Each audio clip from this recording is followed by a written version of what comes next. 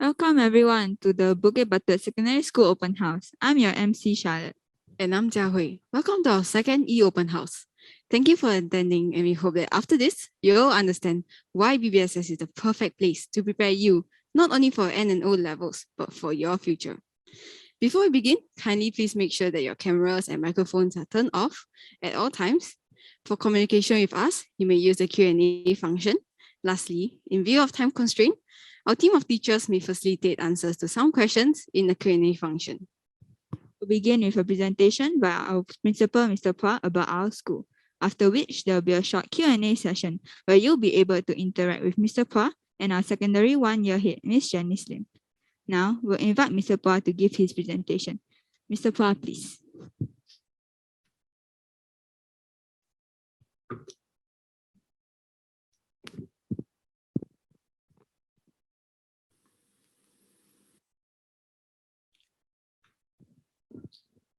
Good morning, everyone. First of all, I want to congratulate all the Sec 1 and all the P6 students, right, for making it through PSLE. So this morning, I will share with you about life in Bukit Batok Secondary School. In our school, we go by our mission, vision, and values. So our mission for all of us here in BBSS is to nurture BBSian to be self-directed learners with abundance mentality. And how do we do it? Right, we do it through our vision, which is we strive to be a premier school that provides a holistic education to all BBSians. And all of us, all the adults here, we go by the philosophy that we believe every child is unique and all of them has innate abilities to be developed. And we nurture and we are also guided by our respect values. Now I'll touch on it in a little bit more detail. Now, first of all, our mission starts with nurturing self-directed learners. So in BBSS, we do it using the 3 self. The first self, self-managing, centers around understanding, clarifying, and be certain about the goal of the task, right? And then from that clarity, to develop a plan which culminates in a series of actions. And then they move on to the second self, self-monitoring. Then they will start taking the actions. And sometimes because of the change situation, they will have to make good decisions to make adjustment to the actions to be taken.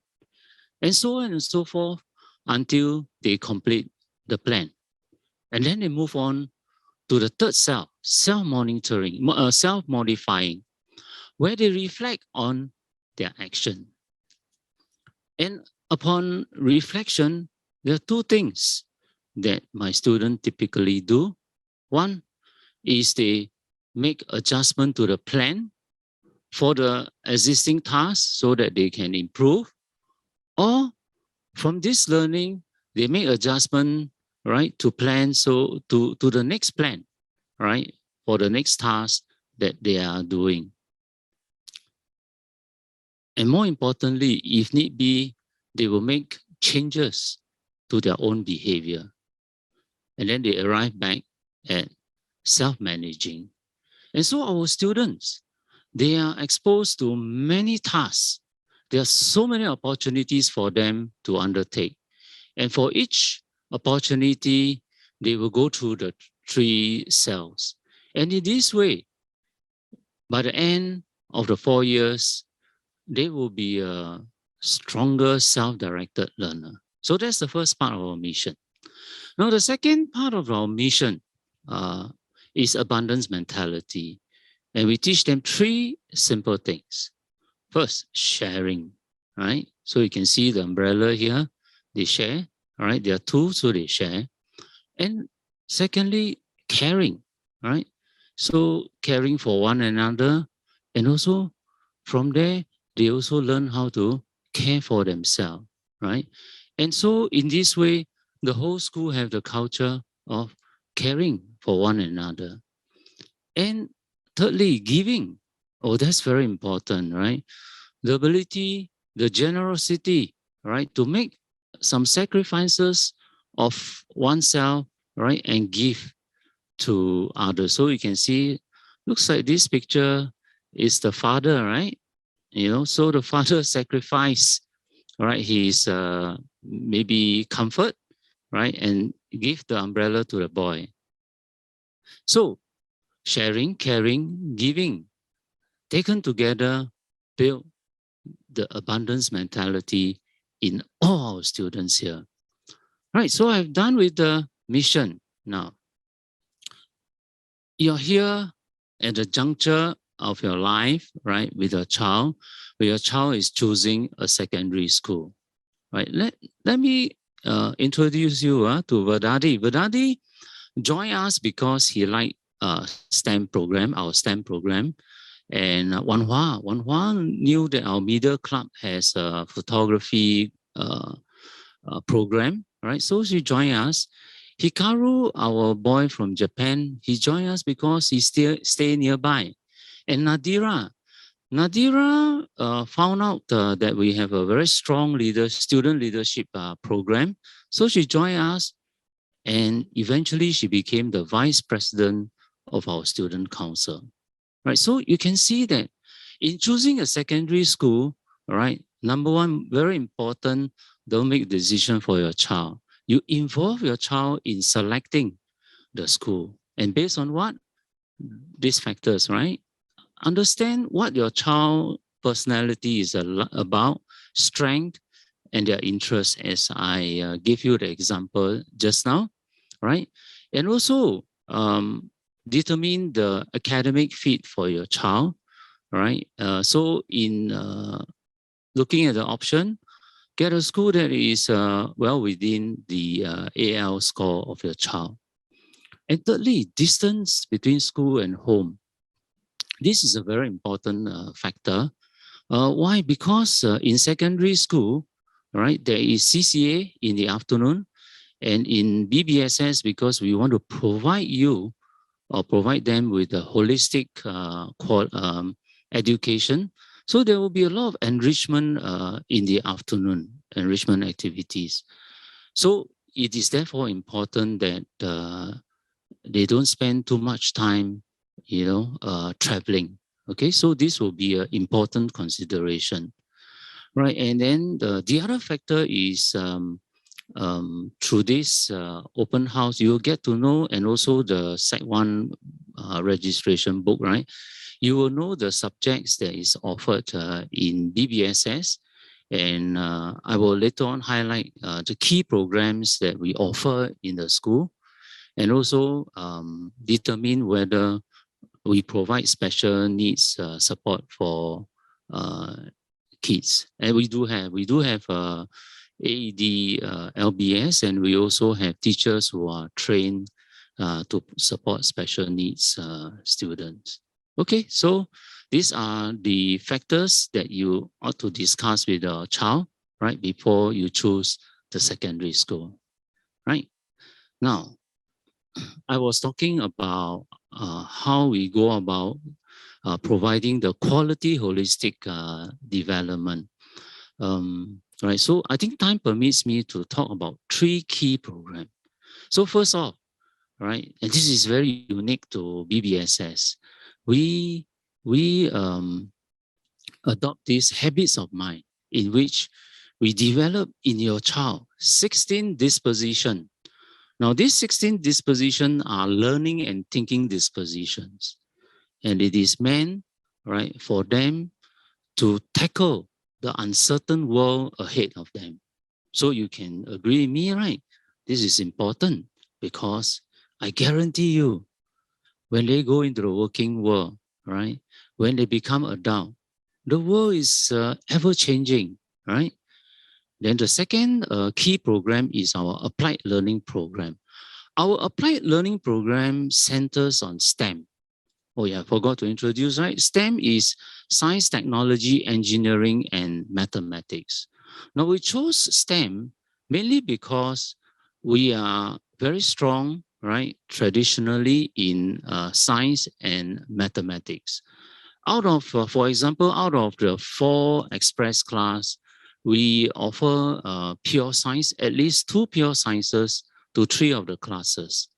And every year between 3 to 3.5 classes, the students are so good, they get to offer A maths. Okay, so I think our standing in maths and science is there, and therefore, this applied learning program is applicable for all of them. All the Sec 1 and Sec 2 will go through it. And the intent is to give them the foundation to develop, to be a proactive problem solver. And then, of course, in the various enrichment, there will be other deeper opportunity, right, to further enhance their problem solving abilities.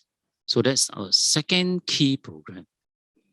The third key program, Learn for Life program, essentially is to activate the passion, right? The passion for life in every BBSians. So for starters, we provide basic leadership training and opportunities for everyone, every BBSians. And through the progressive programs in our student leadership program, they learn one thing. They learn that to lead is to serve. Okay, so in a nutshell, these are the 3 key programs. We do have a lot of information about the whole range of holistic program, right, in this e-open house. Please find out more about them. I'm quite sure a handful of this program will resonate very well with a child. So now we arrive here because you will then have to take a look at your child's AL score and then look at whether Bukit Batok, right, should be, or rather is an academic fit for your child. So I help you look at the, okay, first you look at the center column, right? There's the AL range. So for example, Express, 11 to 15 is actually the indicative AL score of the last batch of BBSian, right? So if you, based on that, the cutoff point, the COP is actually AL15, 15, right? AL15. So, so how do you then sort of decide on your 6th option? Okay, in order to do that, let's understand how students are allocated their secondary school, right? First of all, in order of priority, first of all, it is based on merit. That means your AL score.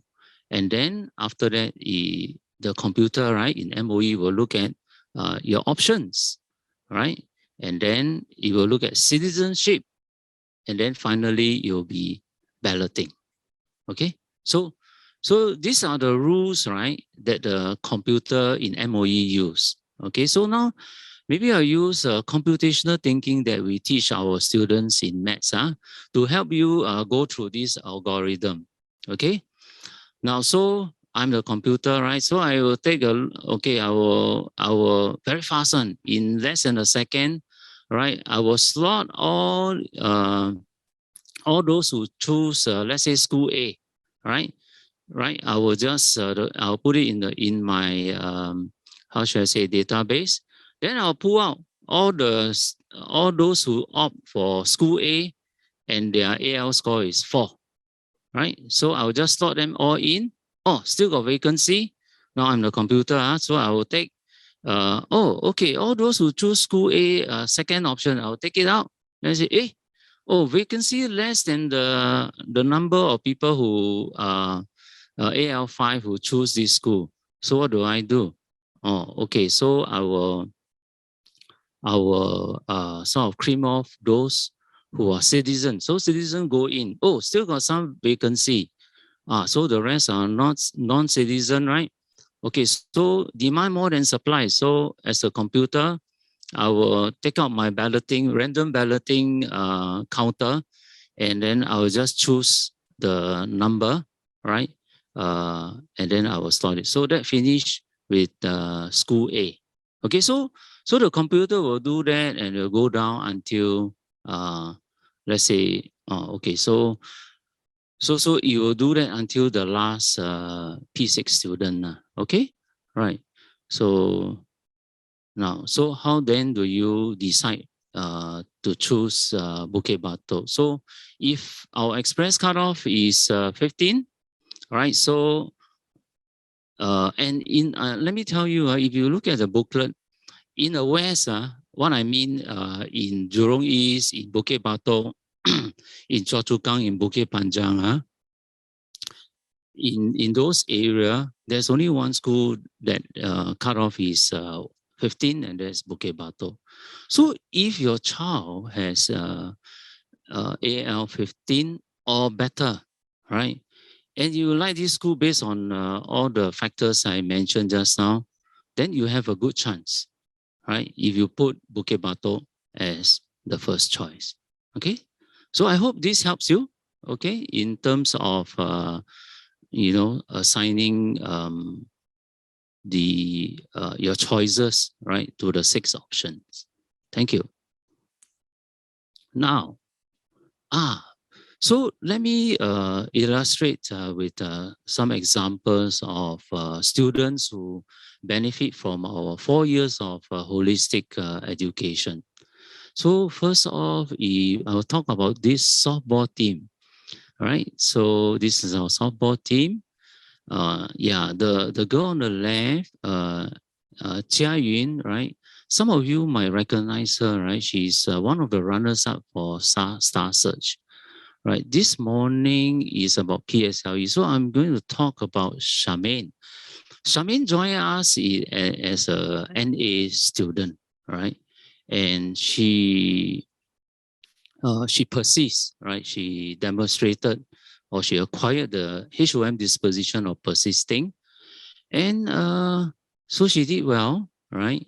And is currently studying biomedical science, right? A course of her choice.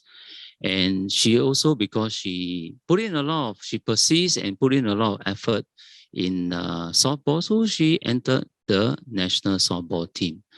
And she displayed the abundance mentality. And so we managed to capture her gratitude to her softball teachers, right, for their guidance and encouragement. And so Charmaine left the school, right, with 6 N-level distinctions and 4 O-level distinctions, right? Yeah, this is Charmaine with her softball teammates. So now I'll talk about this boy. Yeah. Oh, this boy, long story. So I'll make it short. Ming Yan joined us sometime in Sec 1, not at the start. Actually, Ming Yan, his dream, right? You can see his PSLE score, right? His dream is to enter RI, but for some reason, right? I think in terms of choosing secondary school, he didn't go there, right? And he had a big problem. So eventually, he landed with us. And so Ming Yan, so you know he's a very bright boy, right? And he eventually fulfilled his dream, right? He DSA to RJC and he got in, right? You know, as a bright boy, I noticed that, although he is bright, he is extremely hardworking, okay? And so it's not surprising that he entered the National Science Olympiad team, right? And because of his achievement, when he graduated, he received the LKY award for maths and science. Now, Ming is also a very quiet student. So when he joined the debate team, he was just average. But because he's bright and the moment he opens up, right, he moved his way up and became the head of the debate team. And with a lot of hard work and practice, right, it's no wonder that he often is the best speaker, right, in the competition, right? So Ming Yan is also has abundance mentality. He thanked his form teacher, you know, especially in Sec 1, for helping him make the turnaround, the transition. And then he began to bloom, right? So you can see that Ming Yan is a big fish. He was thrown into a small pond, right? And yet we were able to help the big fish blossom, okay? Right, so is it surprising? He's got 9 distinction in O level. Right, so more of Ming Yan. Okay, next one is who? Okay, that small boy, Joel. Joel is the first, one of the first students who DSA to BBSS. So I remember he came for a badminton interview. And then the first thing we noticed is we were not too keen because he was not, he didn't represent the school in badminton, but he was very adamant that, and he sort of explained to us that, you know, he actually started playing badminton a little bit late. But he put in a lot of effort to hone his badminton skills outside of the school. And then finally we took him on because when he played against my badminton, his badminton seniors, he beat a few of them. So we could see that, wow, this boy is very persistent. We were looking at this quality. So he came in, and true enough, he rose to be the vice captain of our badminton team. And not only that, you know, he entered as a NA student, and soon enough he was promoted to Express. And not only that, he did pretty well. I last checked his prelim score. He scored a few distinctions there, and I'm quite sure that he'll put on his best. He had put on his best at O level. Okay, so Joel, as you can see, right, his HOM disposition of persisting is very strong. Okay, so that's Joel in various aspects of BBSS school life. Now I talk about William Wee. Okay, William Wee. I first met William Wee during the open house when he was in P6. And then, wow, he stands out because when I talked to him, he told me he wants to be an ant scientist. Wow, who ever heard of an ant scientist, right? Then when I dug deeper, I found out that he keep ant as a hobby. In fact, he and his mother built the ant house, and his favorite species is green ant.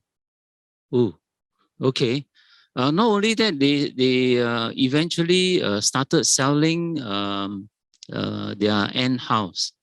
Okay, so that's William. And so when he came to the school and we offer CCA, ELDDS, right? So I then talked to him, and by that point he said that he wants to be an actor. So I see him in a few of the short skits and all that, and he put in a lot of effort. Then suddenly one day I heard, hey, William has joined our history interest group. And then I tracked him, and then by the time he reached Sec 3, right? He was doing very well in the History B competition. In fact, when he was in Sec 3 he represented us at the International History B competition. He came in second place. So that's William.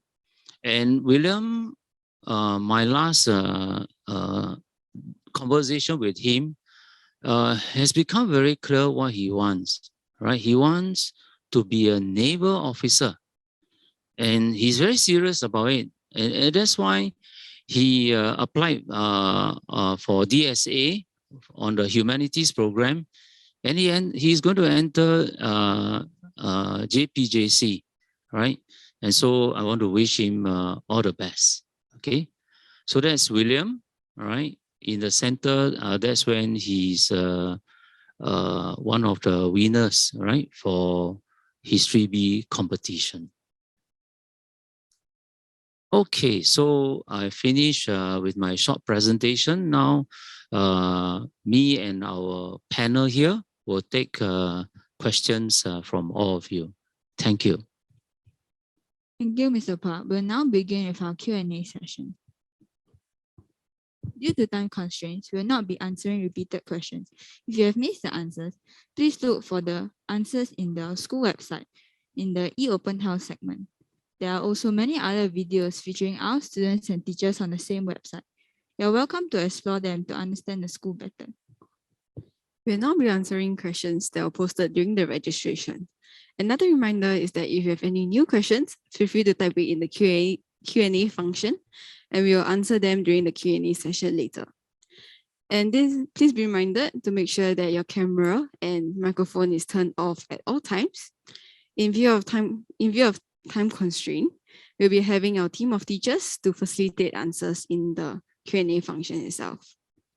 Our first queries from this Q&A session regard character building, skills preparation, and school culture. These questions were received during the registration of this open house.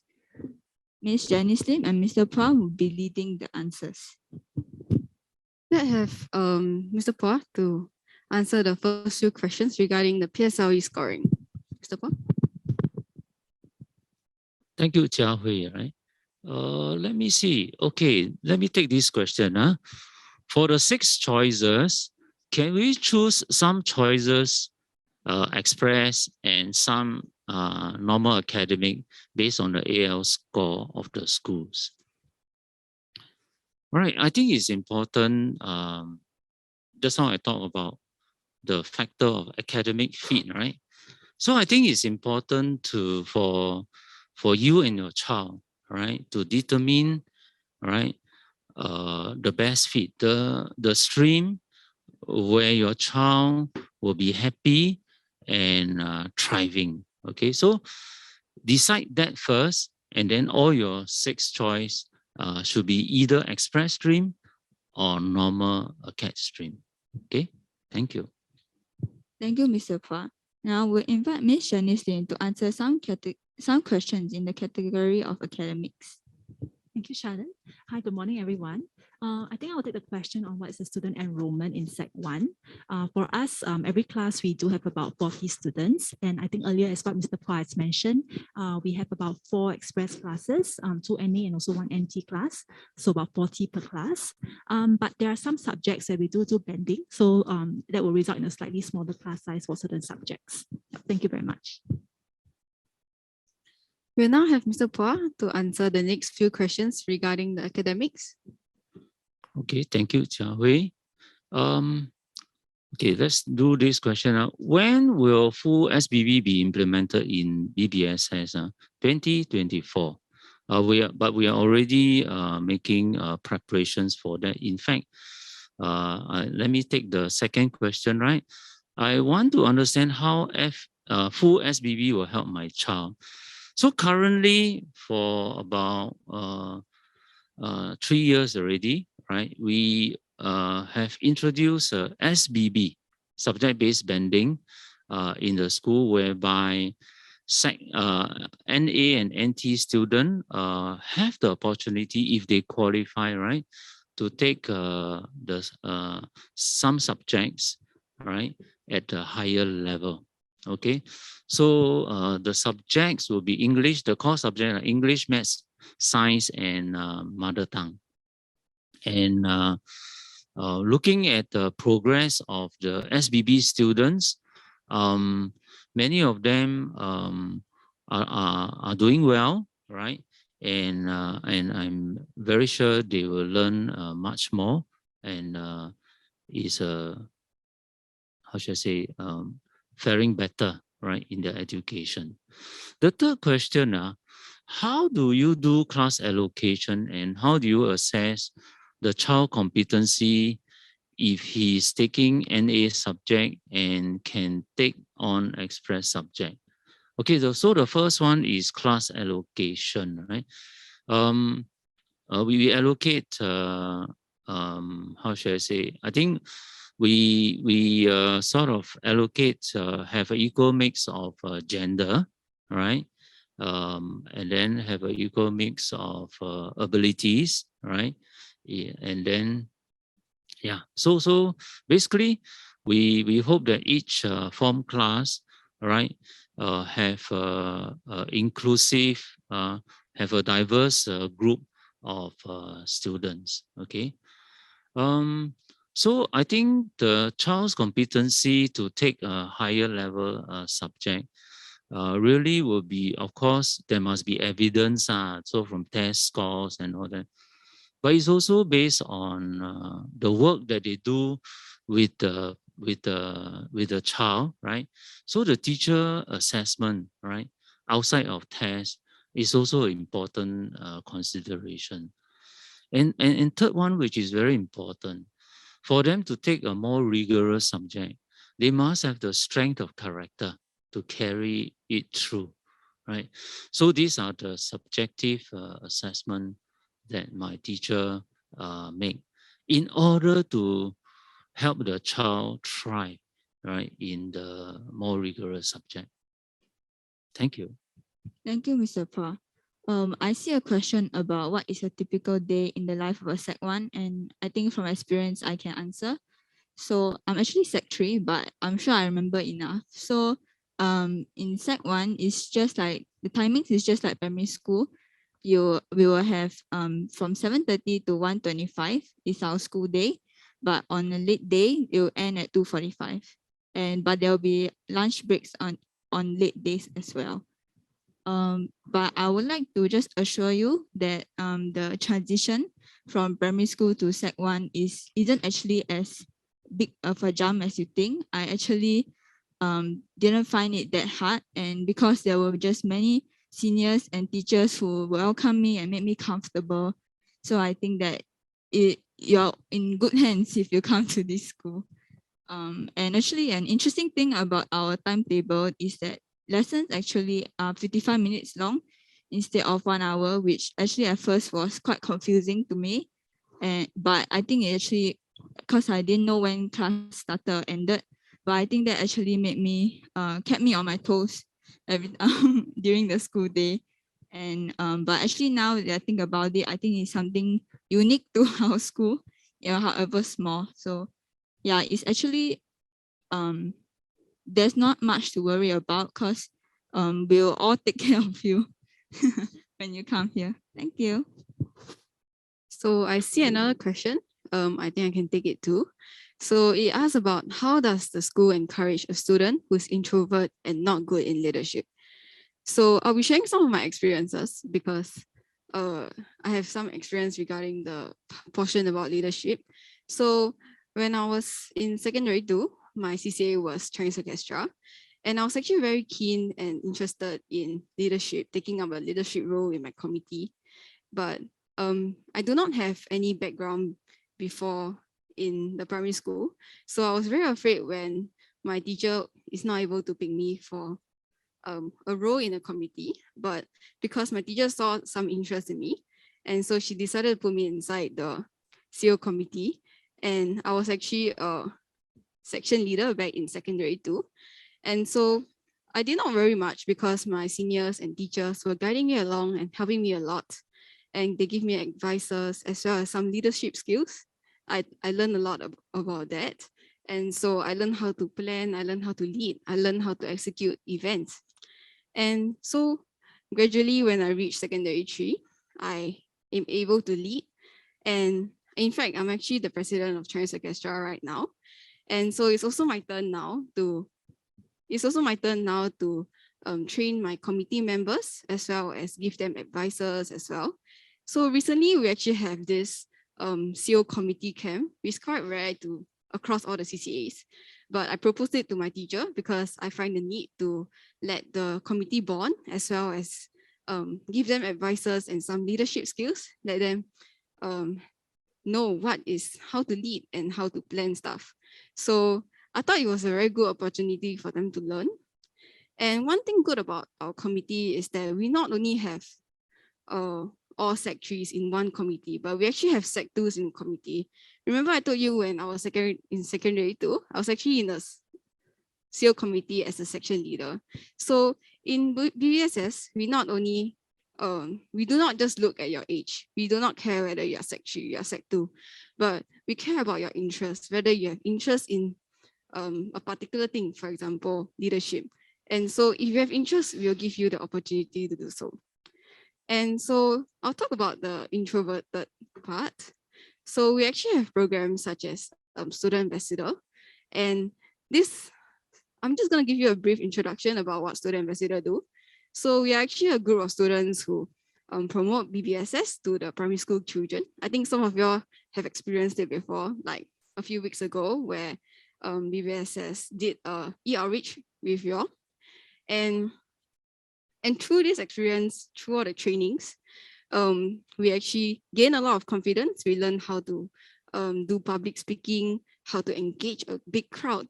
And honestly, it was quite useful for me as I get to become more confident and be more expressive in my words.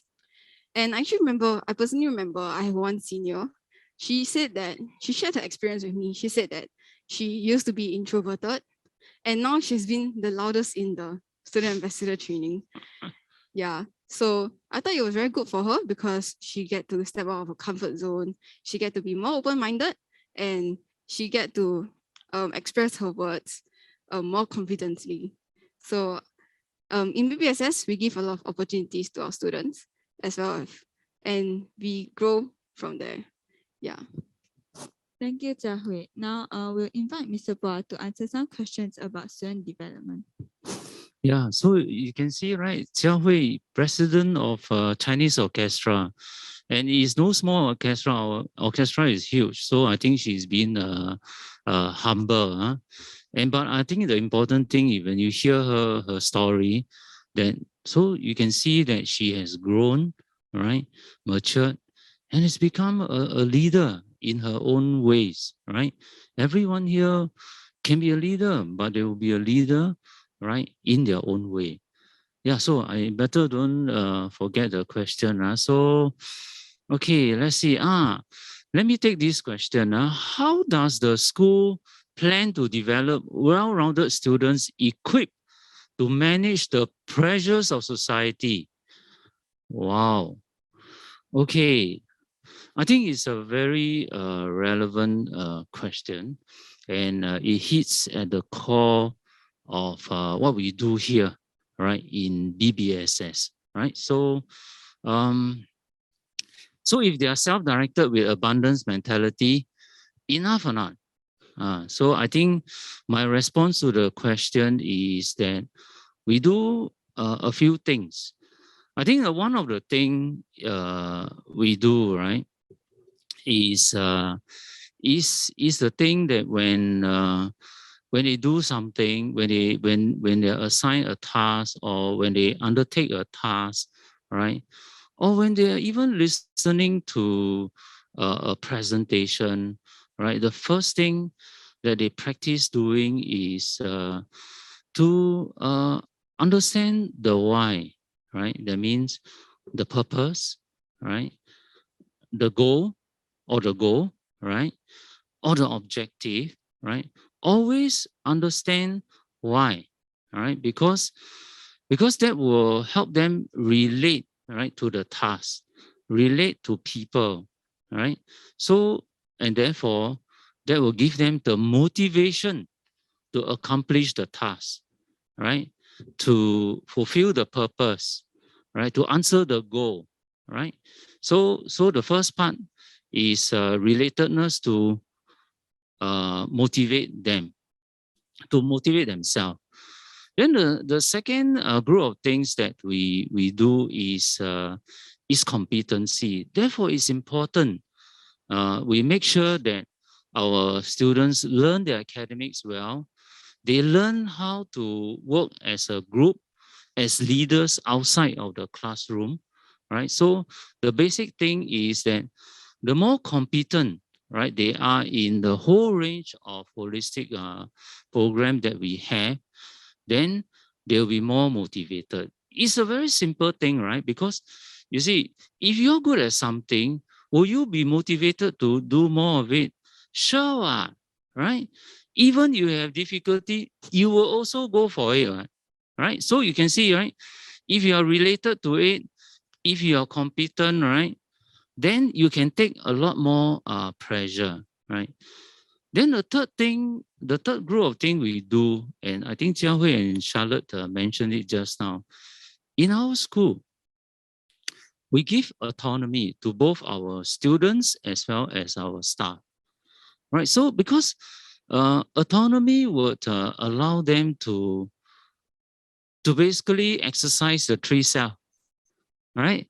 And so when they have the autonomy, when they are empowered, right, to do the task, then a lot of things comes out. You know that if you have freedom to do something, you'll be motivated, right? So there are three basic forms of motivation: relatedness, competency, and autonomy. So the whole idea is centered around motivation. If you are motivated, right, you will be able to handle the pressures of life.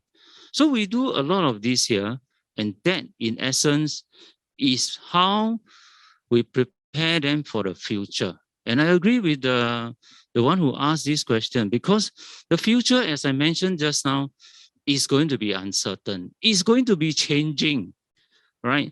And when it's uncertain and changing, the pressure will go up. And so this is good preparation. Join us, and you find that your child will be better prepared for life in the future.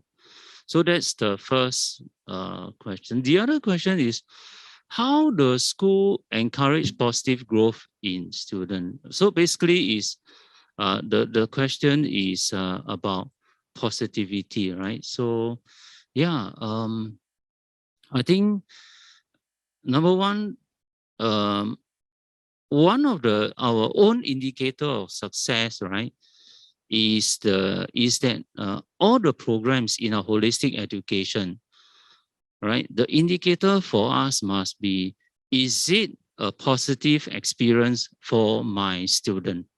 So the first thing is a positive experience. Then the other thing is how we give feedback to the child. In our school, our teacher practice this thing called assessment for learning. So we will give feedback to the child, and our feedback will be, for example, if they do well, right? The concern is not how many marks that you get. The concern is if you put in the effort, we will praise you for the effort, right? If you were taught a certain process, right, and you didn't get a process right, we'll give you a process feedback. And when you do that, what happened? The child will be motivated. Again, back to earlier on, right? The child will be motivated to rectify it, and using the three self will then go and make the modification. Sometimes they modify their own understanding, right? Sometimes they modify themselves, right? So that they become a better version of themselves, right? So through our feedback, right, that's our way of facilitating, through creating a positive experience for every child. And that's how our children here will grow positively, right? Okay. So Thank you. Thank you, Mr. Phua. I would actually just like to add on, right, to what Mr. Phua said about positive growth. I would just like to say that this school really helps me us to all to grow. I mean, if you ask me like when I was Sec 1, if I'll be here in the open house emceeing and even answering some of the questions, I wouldn't have believed it. But yeah, I'm here now. And I think that it's really, the school really helps us grow and challenge ourselves. So I really think that it is there is really positive growth here. So moving on, we'll invite Miss Janice Lim to talk about CCA, about. Okay, thank you, Charlotte. All right, there are a few questions on CCA, so I'll take a few. So the first one actually is asking about whether will a student get the CCA of their choice, or is there a selection process? So I think just now earlier, my principal actually mentioned quite a bit on autonomy, and we do believe in giving student the ownership and autonomy in choosing CCA, which is actually a very huge portion in your child's secondary school life. So definitely there will be a selection, there will be a choice for your child to choose what CCA he or she would prefer. And also in our Sec 1 orientation journey, we do actually provide some CCA trials and experience as well for your child to go through some CCAs to see what his or her preference are. So through that experience and selection, there will be a small little selection process to definitely choose the students to suit their strengths and interest in the CCAs that they are interested in. Okay, so another question for CCAs will be how does BBSS enable all students to play a part in representing the school, especially for those that are not the top players?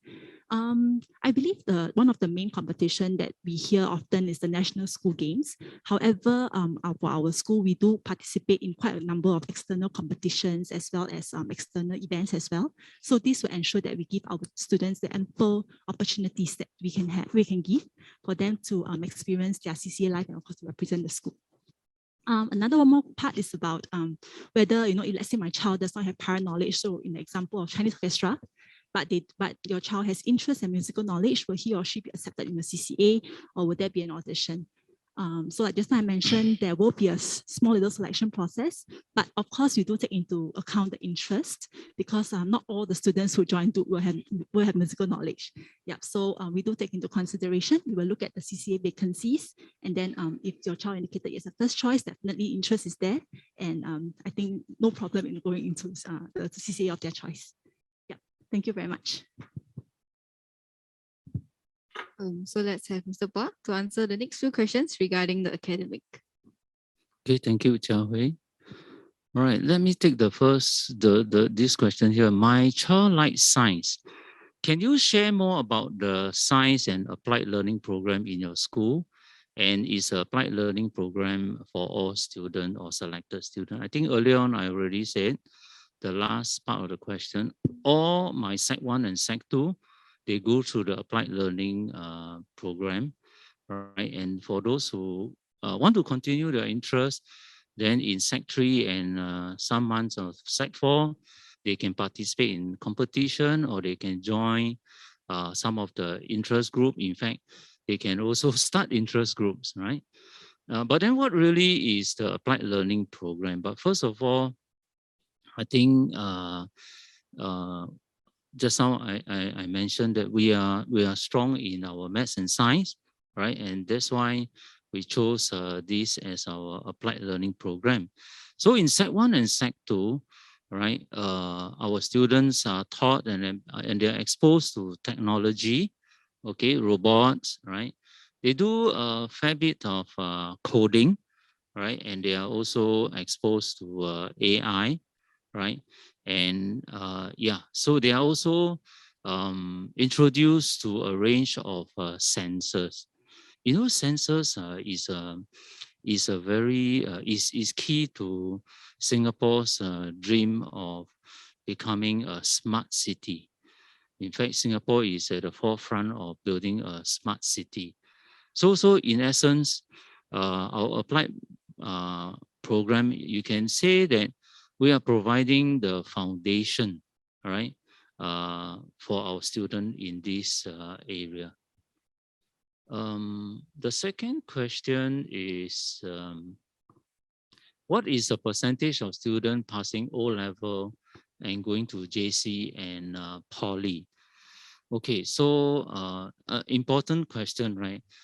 The articulation to post-secondary is indeed a good indicator, and actually is the primary reason why a child need to do well in their studies. Okay, so here over the course of the last few years, right, every year more than 75% of my student, right, qualify for JC. Oh, that's huge, right? More than 3/4 of them. So then every year also for the last few years, between 98% to 100% of our students make it to poly. So you can have a good sensing that our academic standing is very high. Okay, thank you. Thank you, Mr. Phua. Now, we'll invite Ms. Janice Lim to answer some questions about student development. Okay, thank you, Charlotte. I will take the question on how does the school challenge high achievers and support those who require extra help.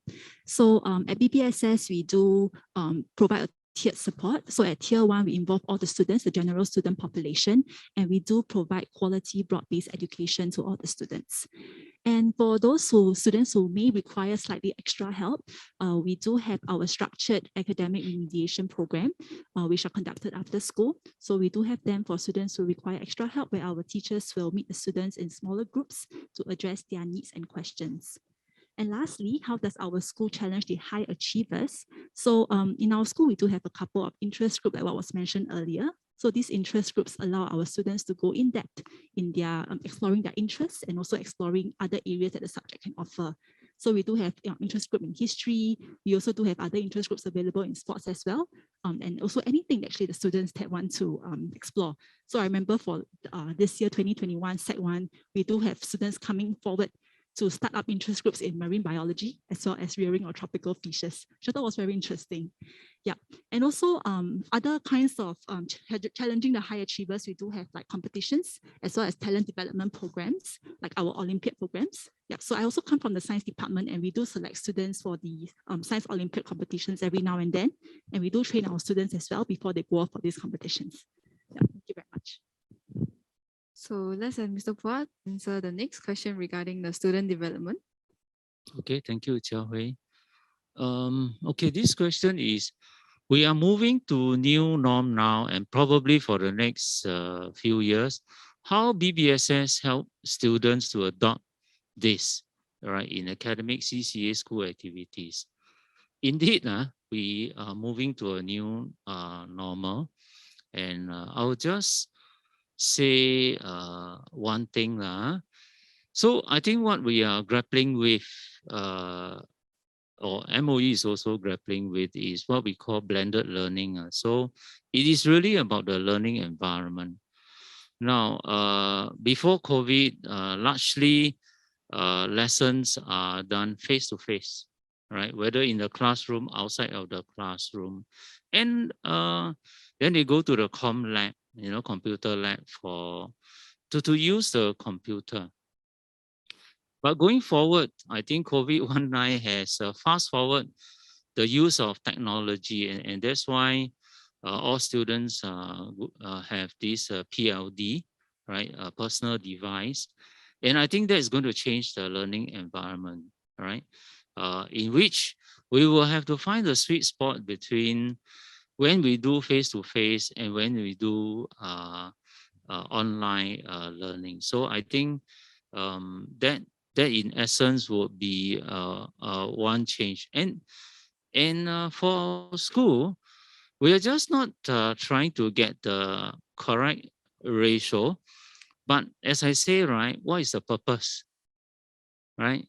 I need to relate to something, right? So what is the purpose in finding this ratio? I think for us, the purpose is quite clear, right? Because people like Jia Hui and Charlotte, they are different already. I mean, I'm quite sure they can type better than you. They can use the devices much more swiftly than all of us, right? So they are different. and the affordances of technology have also evolved, right? So I think it's important to find that golden ratio so that they are learning, they can learn better and they can learn faster, all right? They can learn anywhere and they can also learn at their own pace, right? So I think if we are able to harvest that, right, together with, you can't run away from face-to-face teaching. That's quite critical. That's why we will still have teachers around, huh? And so that's one change, and we are very much into it. Then another offshoot of it is we're going to have student-initiated learning, right? And that is going to be directly related to our mission of self-directed learner. So what we're going to do is that our students during the one of the Friday fortnight where they learn from home, right? They are going to choose, right, or propose a project which is of their own interest, right? Something that they think they might be interested in. Then they will be formed into groups of maybe not more than 5, thereabout. Then they work together, come up with a project, right? And they will work on it. And my teachers will not be teaching them anything. My teachers will develop the skill to facilitate the group to grow their proposal. Okay, sounds exciting, right? And then we don't define the outcome. The group will define their own outcome, right?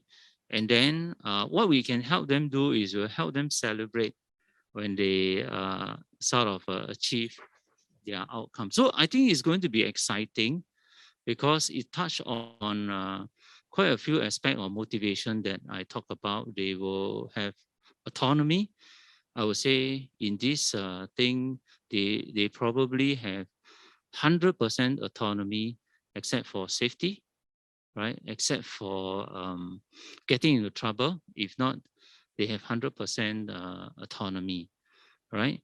I think it will be related to them, right? They will be motivated because it is something they like to do, they want to do, right? And then they will define their own outcome. So I think they will be able to achieve the motivation through competency, right? So very exciting even for myself. So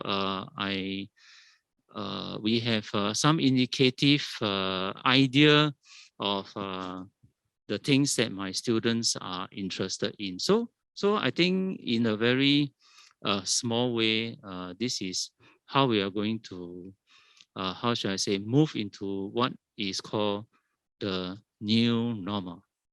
Thank you. Thank you, Mr. Phua. We see some live questions coming in, and we'll invite Ms. Janice Lim to answer the first one. Okay, thank you. I like this question actually. How would teachers describe students' sense of belonging to BBSS? Well, over here in BBSS, we really do emphasize a lot on the strong teacher-student relationship, and also how do we build rapport among the teachers and students as well. So day to day, we do have many activities, and we also have our form teacher guidance period that is conducted bi-weekly. So we want this through these periods as well, and also all the one-to-one conversations to definitely strengthen the rapport between our teachers and students. But I think actually, how would I really describe it? It's actually very evident and also in our graduating students or graduated students. So I give an example. So for me, my CCA is NCCC, and we do have quite a couple of student volunteers who come back even after they have graduated. And some, I think even after 2 or 3 years or even more, still coming back to volunteer in all the school activities, trainings, camps and whatnot. And I think through that, I can really see the students' really strong sense of belonging. And I also have, many students who have graduated who still text me now and then as well, or who do email me to actually, update me about their lives and how, they are like. So I feel through all this, we can really see that, the students do have a very strong sense of belonging to BBSS. They still feel that, BBSS is their home, and they are always ready to come forward to contribute whatever they could post-secondary education. Yeah, thank you very much. Thank you, Ms. Lim. I see a question about, and I think I can answer this. What do your students value and love about your school? So actually, I really love the way BBSS is really student-led. I think that there are students involved everywhere, and we have a lot of leadership opportunities. Like we are the ones that head of the community projects as well. Like recently, I've been in this youth leader stretch program, and it was actually where all the leaders of our CCAs would actually and classes would actually come together, and we would just have a leadership camp, and there were some community projects that we're talking about over there. And I think that we will actually, we were given a lot of opportunities to be the leader and to be the one to make all the decisions. So what I really love and value is how the school actually treats our students with a lot of priority and importance. So, I would like to add on a bit. So I have been stressing about how BBSS gives a lot of opportunities to our students. And one thing I really love about BBSS is that BBSS does not limit our creativity, our students' creativity. They always give us opportunities to showcase what we are actually thinking. So for example, when we plan events, our teachers would not give ideas. They will actually give us a rough idea of what the plan is like, but then they'll give opportunities for our students to come up with creative ideas, come up with ideas that did not happen before, and also some of the and does not limit us to how much we think or whether we need to follow the teachers or not. So they actually give us a lot of opportunities to express ourselves. So, and I really love something about that because I get to come up with different ideas for each event. So I really like it. thank you, Jiahui. So now we'll let Mr. Pua answer some live questions. Okay, thank you, Charlotte. Yeah, so I'm glad to hear from Jia Hui, right, about how our teachers empower them and our teachers facilitate their learning, right? So, yeah, so you can see that she enjoyed, well, she benefited from it. But just to let you know, for my teachers, right, it is very trying because it's much easier for my teachers to just teach directly, right? But then people like Jia Hui will not learn as much, right? So while Jia Hui benefited from it, there's a lot of anxiety on my teachers, right? Okay, so let me see the questions. Okay, there's this question about does your school offer triple science and how to qualify? How to qualify basically is to meet the criteria, lah, right? But okay, triple science is will be quite heavy, right? So the criteria is very simple. Your score must reflect that you are ready to take triple science. Okay, so that's conceptually what it is. Why? Because number one, if you cannot take it, then you are not going to reflect sort of your ability properly, right? Plus, remember we provide holistic education. So we don't want our students to just slant on academics alone. We want them to have the capacity and therefore the time to also partake the other enrichment programs that we have. Okay, so conceptually, we do offer, but it must be to the benefit of the child, right? I also know many of them do triple science, maybe because they want to have a shot to become a doctor, right? So, but from the medicine schools, so they're saying that bio can pick up subsequently, right? It's not a, how should I say, a fail-safe requirement, right? In fact, the holistic grounding is important. I mean, you want to be a doctor, you need to have high empathy, right? As patients, we want doctors to have high empathy, right? So empathy is one of our school, one of our values. Okay, thank you. Thank you, Mr. Phua. We'll have Ms. Janice Lin to answer more questions. Okay, one of the questions, what are the programs offered to our Sec 1 students? So I think I'll just list one of them. In our school, we do have our annual multi-level activity that's organized for all cohort. So for the Sec 1, we are actually, our objective is, for them to build bonds with their teachers, their peers, and also, building more to themselves. So how do we do that? We do actually have a little self-leadership program where the students actually learn how to, manage themselves, manage also their relationship in turn with the people around them. Yeah, so that will be one of the programs offered the Sec 1. I have another question here on PLDs. So may we know what and which PLDs will the students be using and how is the PLD used to help student learning? So yes, we do have our PLDs here. In fact, I think our school is using the Chromebook.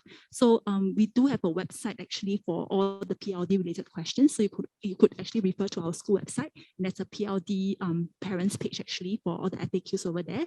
Or you can actually go to the chat room. I believe one of my colleagues actually has written the direct link for you to actually read more about it. Yeah, thank you very much. I want to answer the NT question. So another question has come in. Mr. Paul would like to answer the question regarding about the NT. Okay, thank you, Jia Hui. So the question is, can you provide more information on the programs for NT students? Okay, yeah, good questions. Our first President Award teacher, Mr. Sham, right? He's the one who has helped to build our NT curriculum such that our normal tech students thrive in the school, right?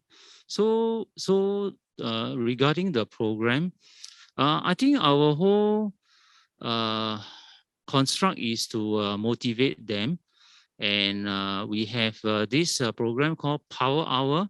So every week they will have a few events for them in Power Hour to build their competency, right? So that they are motivated, and to build their achieving high expectations. So, for example, we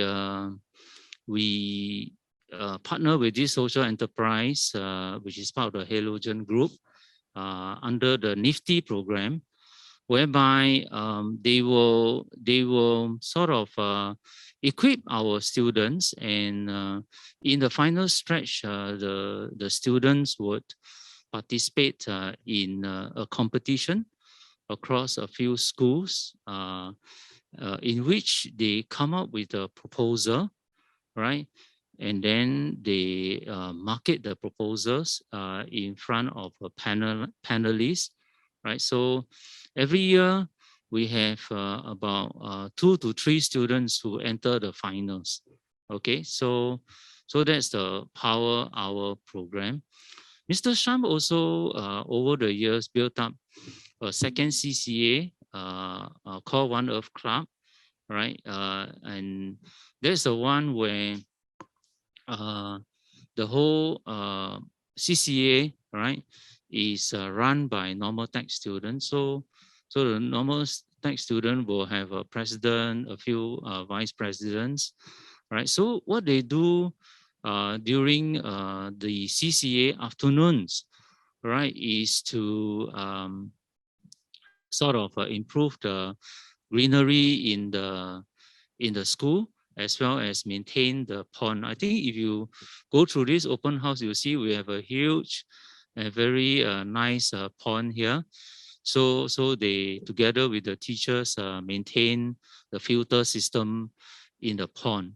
And then over the weekend, Saturdays, some of the Saturdays, they will do a few things. Two main things. One, I think for more than 10 years, right, they have been in partnership with International Coastal Cleanup Organization, right, to to clean up a section of a beach in Pasir Ris Park. So it is something that the normal tech students then participate. And not only that, they will facilitate various CCAs, right, to join them on some of the Saturdays. So there's interaction, and also they get to play a leading role in facilitating the coastal cleanup. So very exciting. I mean, there's a whole long list of program. I just highlight two that we make it exciting and motivational for our normal tech students. Okay. Okay, so there's a question on okay, here it says my child has social interaction and communication issues. Are there counselors and like LBS, right? So I mentioned that we have one LBS who work together with a few teachers trained in special needs, right? We have two school counselors, right, supported by 3 teacher counselors, right? So yeah, and also yeah, and maybe Janice, you can talk about the peer support initiative that we have. Okay, so for the peer support initiative, we do have 2 peer support leaders every class. So where they are trained to also look out for the students in need as well, and also to provide a listening ear. And also we do have a new SCN inclusivity and awareness program next year that we're also running out for our students, so that they are also more aware, and also how we can be more inclusive in our school, so that we can provide a very caring culture for all our students. Yeah, so I see another question over here also on what is SDL lesson like on every Friday. So actually it's not every Friday, it's every other Friday. Yeah, so our SDL lessons are all online. So our students either, go through SLS, where they will take in some online lessons for our teachers, from our teachers. And also either that, or the teachers may also have some online consultations with our students. So all in all, we want to also inculcate this, online learning, blended learning into our everyday curriculum. Yes, thank you. Maybe I'll invite Mr. Paul to answer the last one. The last question, is it? Yeah, the new initiatives. Okay, what new initiative in BBSS next year? I think I mentioned already, right? One is blended learning, right? We'll start with a ratio of face-to-face learning, and then every fortnight Friday we will have home-based learning. Okay, and then the students will come to the school with a new device. Okay, and so that's one. And I also mentioned about our self-initiated learning program, the very exciting program. Even I'm excited to see how it unfolds for us. Okay, right, and yeah, that's all. Thank you. Thank you, Mr. Phua. And that brings us the close of our 2021 BBSS Open House. At Bukit Batok Secondary School, students lead in the way in growing the school. And every student here, regardless of age, is given an opportunity to represent us. These are our very unique strengths, and we believe that few other places can claim this. Thank you for all your questions. If you have any further questions, please feel free to email us at small letters bbss@moe.edu.sg. We understand that choosing the right school is an important decision for all of you, and we'll do our best to reply as soon as possible. Thank you everyone for joining our BBSS Open House Webinar 2021. We have come to the end of it. Have a great day. We hope to see you in 2022. Thank you. Bye-bye.